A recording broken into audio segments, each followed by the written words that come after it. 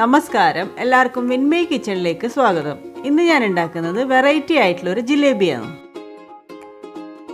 അപ്പോൾ അതിന് വേണ്ടിയിട്ട് സാധനങ്ങൾ നോക്കാം.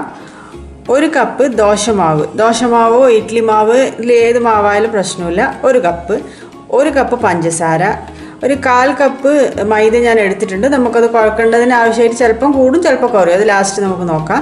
പിന്നെ 1 കപ്പിൽ വെള്ളം വേണം. പിന്നെ നമുക്ക് റോസ് വാട്ടർ, കുറച്ച് ഫുഡ് കളർ വേണം. ജിലേബിക്ക് ഒരു റെഡ് കളർ കിട്ടേണ്ടിയിട്ട് ഞാൻ കുറച്ച് ഫുഡ് കളർ എടുക്കുന്നുണ്ട്. കുറച്ച് ലെമൺ ജ്യൂസ് വേണം, 1 ടീസ്പൂണോളം, 1 ടീസ്പൂൺ നെയ്യ്. ഇത്രയാണ് ഇതിന് വേണ്ടുന്ന സാധനങ്ങൾ. ആദ്യം തന്നെ മാവ് ഒന്ന് കുഴച്ചെടുക്കുക. അതിന് വേണ്ടിയിട്ട് നമ്മൾ മാവ്, പിന്നെ മൈദ, പിന്നെ കുറച്ച് ഫുഡ് കളർ, 1 ഡ്രോപ്പ് മതി. നന്നായിട്ടൊന്ന് ഇത് മിക്സാക്കി കൊടുക്കാം. നമുക്ക് മാവ് ഞാൻ ഇതുപോലെ നന്നായിട്ട് മിക്സാക്കി എടുത്തിട്ടുണ്ട്. ഈ ഒരു കൺസിസ്റ്റൻസിയിൽ വേണം നമുക്ക് മാവ് എടുക്കാൻ വേണ്ടിയിട്ട്. ഇനി നമുക്ക് ഇതൊരു പൈപ്പിംഗ് ബാഗിലേക്ക് ആക്കണം. അതിന് വേണ്ടിയിട്ട് ഞാനിവിടെ ഒരു പൈപ്പിംഗ് ബാഗ് എടുത്തിട്ടുണ്ട് ഇതുപോലെ. എന്നിട്ട് ഇതാ ഒരു ഗ്ലാസ്സിലേക്ക് ഇട്ട് വെച്ചിട്ടുണ്ട്. ഇനി നമുക്ക് ഇതിലേക്ക് ഈ മാവ് ഒന്ന് ഒഴിച്ചു കൊടുക്കാം.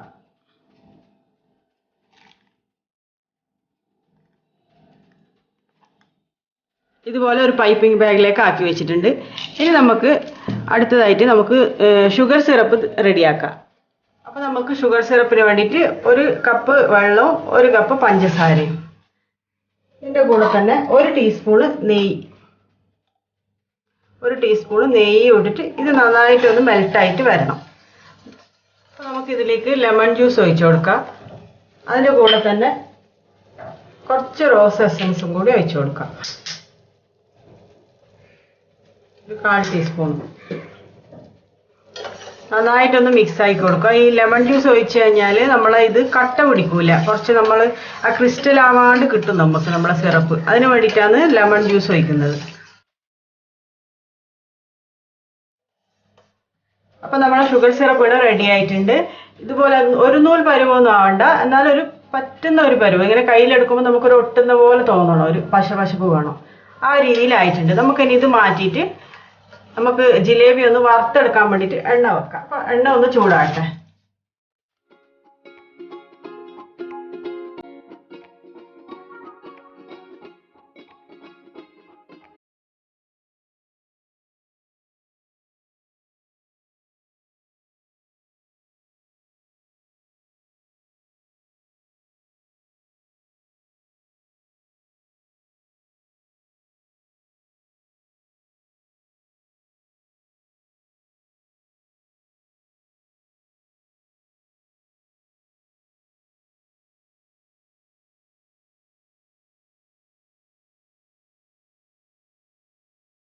അപ്പോൾ നമുക്ക് ഇതുപോലെ കോരി എടുത്തിട്ട് ഇനി നമുക്ക് നേരെ നമ്മളെ സിറപ്പിലേക്ക് ഇട്ട് കൊടുക്കാം.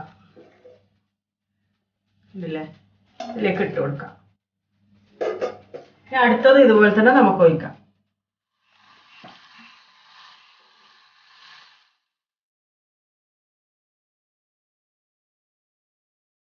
നമുക്കിതൊന്ന് മറിച്ചിട്ട് കൊടുക്കാം. ഇല്ലേ, സ്ലോ ഫ്ലെയിമിൽ വേണം നമ്മളിത് കുക്ക് ചെയ്തെടുക്കാൻ. ഹൈ ആക്കുകയും ചെയ്ത് വേഗം കരിഞ്ഞു പോവും, ഉള്ളു പോവില്ല. അപ്പോൾ സ്ലോ ഫ്ലെയിമിൽ തന്നെ ഇത് കുക്ക് ചെയ്തെടുക്കണം. നമുക്ക് ഇനി ഇത് വറുത്ത് പോരാ. ഇതാ ഇതുപോലെ എടുത്തിട്ട് നമുക്ക് ഡയറക്റ്റ് ഈ പഞ്ചസാര പാനിയിലേക്ക് തന്നെ ഇട്ട് കൊടുക്കാം.